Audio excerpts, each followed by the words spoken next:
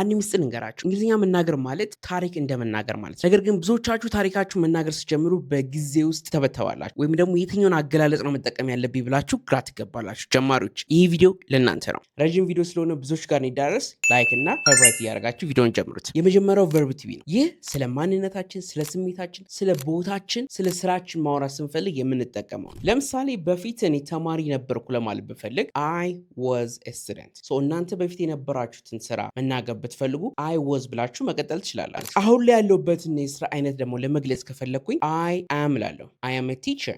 ወደፊት እሆናለሁ ብዬ የማስበውን ደግሞ I will be ብዬ እናገራለሁ። ለምሳሌ I will be a nurse ካልኩኝ ወደፊት ምን ነርስ እሆናለሁ ያልኩ እየተናገርኩ ነው ያለሁት ማለት ነው። ይህንኑ ተጠቅማችሁ ደግሞ ስለ ስሜታችሁ ማውራት ትችላላችሁ። ለምሳሌ ተደናግጬ ነበረ ለማለት ከፈለጋችሁ I was nervous ማለት ትችላላችሁ። አሁን ላይ ያላችሁበትን ስሜት መናገር ከፈለጋችሁ በራሳችሁ እንደምትታመኑ ኮንፊደንት እንደሆናችሁ ለመናገር ስትፈልጉ ደግሞ I am confident ትላላችሁ። ወደፊት የምትሆኑትን ነገር ለመናገር ከፈለጋችሁ ደግሞ I'll be proud of myself ካላችሁ ደግሞ በቃ ወደፊት በራሴ እኮራለሁ እያላችሁ እየተናገራችሁ ነው ያላችሁት ማለት ነው። ይህንኑ ደግሞ ተጠቅማችሁ ስለ አላችሁበት ቦታ መናገር ትችላላችሁ። ለምሳሌ የት ነበራችሁ ስላችሁ እቤት ነበርኩ ለማለት ስትፈልጉ I was home ወይም I was at home ማለት ትችላላችሁ።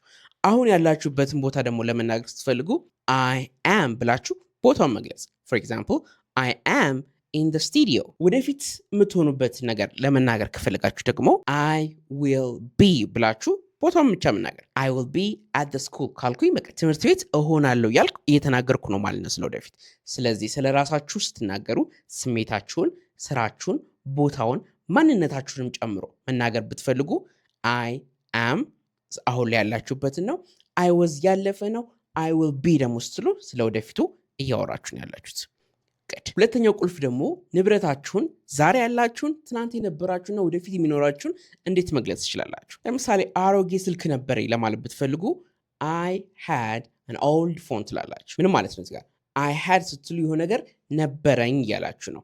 አሁን የላችሁ፣ ድሮ ነበራችሁ። For example, I had a car መኪና ነበረኝ እያላችሁ እየተናገራችሁ ነው ያላችሁት ማለት ነው። አሁን ላይ ያላችሁ ነገር ደግሞ ለመናገር ከፈለጋችሁ I have ትላላችሁ። I have a dream ህልም አለኝ እያላችሁ ነው። ስለ ወደፊት የሚኖራችሁ ነገር ደግሞ ለመናገር ከፈለጋችሁ I will have ትላላችሁ። I will have my own company ካላችሁ የራሴ ካምፓኒ ይኖረኛል እያላችሁ እየተናገራችሁ ነው ያላችሁት ማለት ነው።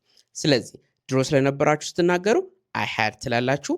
አሁን ስላላችሁ ነገር ስትናገሩ I have ትላላችሁ። ወደፊት ስለሚኖራችሁ ነገር ለመናገር ስትፈልጉ ደግሞ I will have ብላችሁ ማስቀመጥ ትችላላችሁ። በመጨረሻ ደግሞ ድርጊቶችን የሆነ ነገር አድርጌያለሁ ለማለት ከፈለጋችሁ I did ትላላችሁ። ለምሳሌ ስልጠናዬን ወስጃለሁ ለማለት ከፈለጋችሁ I did the training ትላላችሁ ማለት ነው። አሁን ላይ ደግሞ የምታደርጉትን ነገር ለመናገር ስትፈልጉ I do ትላላችሁ። ለምሳሌ I do my best ካላችሁ የምችለውን ነገር አደርጋለሁ እያላችሁ ነው ማለት ነው። ለወደፊት የምታደርጉትን ነገር ለመናገር ከፈለጋችሁ ደግሞ I will do ብላችሁ ትገልጻላችሁ። ወደፊት ትልቅ ስራ ሰራለሁ ለማለት ከፈለጋችሁ I will do great things። እስኪ አሁን ደግሞ ልጠይቃችሁ። ለምሳሌ እንደዚህ ካልኩ ትናንት አዲስ አበባ ነበርኩ ለማለት ስፈልግ I blank in አዲስ አበባ yesterday እላለሁ። በክፍት ቦታ ላይ ማስገባት ያለብኝ am፣ is፣ do or did። ከነዚህ ውስጥ ትክክለኛው መልስ የትኛው እንደሆነ ኮሜንት ላይ ጻፉልኝ። ፕላስ ደግሞ ትምህርቱ ከተመቻችሁ ሪፖስት እና ሼር ማድረጋችሁን እንዳትረሱ ለጓደኞቻችሁ። Thank you for watching Brian English። እንግሊዝኛ መማር ከፈለጋችሁ በባዮች ላይ ባለው ስልክ ቁጥር ወይም ደግሞ ቀጥታ ቲክቶክ ላይ ብትጽፉልን ማግኘት ትችላላችሁ። እሱም ያስቸግረናል የምትሉኝ ከሆነ ደግሞ ላይ ባለው የዩዘር ኔም ማግኘት ትችላላችሁ። የ3 ወር የስፒኪንግ ኮርስ ስላለ እሱን ጆይን ማድረግ ትችላላችሁ። Love you. I'll see you next time. Bye bye.